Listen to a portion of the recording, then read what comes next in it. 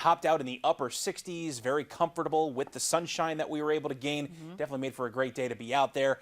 Tomorrow, I'm not going to tell you not to get out there and enjoy whether it's fall for Greenville or anything else for that matter, but I can't promise you the weather is going to be nearly as nice. In fact, tomorrow, decidedly more cloudy and dreary. We'll get to that in a moment here. Want to just take a quick look here at Tropical Storm Rafael. It continues to slowly weaken here in a very hostile environment over the central Gulf of Mexico, the center of circulation right here just off toward the southwest of New Orleans by about 300 miles or so. But what you kind of see here is most of the thunderstorm activity, just due to the high wind shear in this environment, is well removed to the east side of the center. The storm is expected to continue drifting south and gradually weakening as it heads toward Mexico over the better part of the next 3 to 4 days.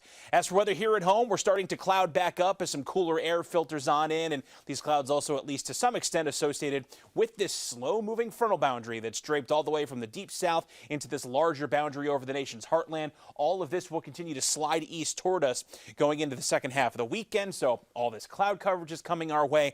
Fortunately, it looks like we're going to dodge the heavier rain that's associated with this system. However, the rain that does reach us is going to be more of a persistent nuisance throughout the day coming up on Sunday in the form of occasional drizzle.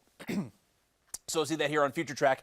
Going into the overnight hours, we'll just, again, continue to see skies cloud back up. Most of us overcast by tomorrow morning, and you see here by 9 a.m. those patches of drizzle start to rotate their way in from the southwest.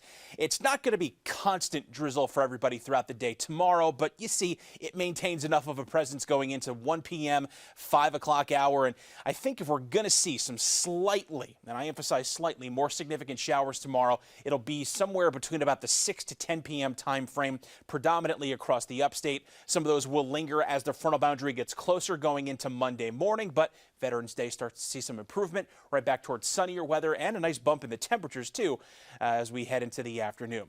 So low temps for tonight, mostly low to mid 50s around the upstate, some upper 40s in the mountains, waking up to some spotty drizzle and clouds tomorrow morning, and that just continues throughout the day with temps not moving much. Most of us seeing highs only get to the mid and upper 50s for tomorrow. Definitely going to need extra layers if you're heading outside, and wear something waterproof to fend off the drizzle.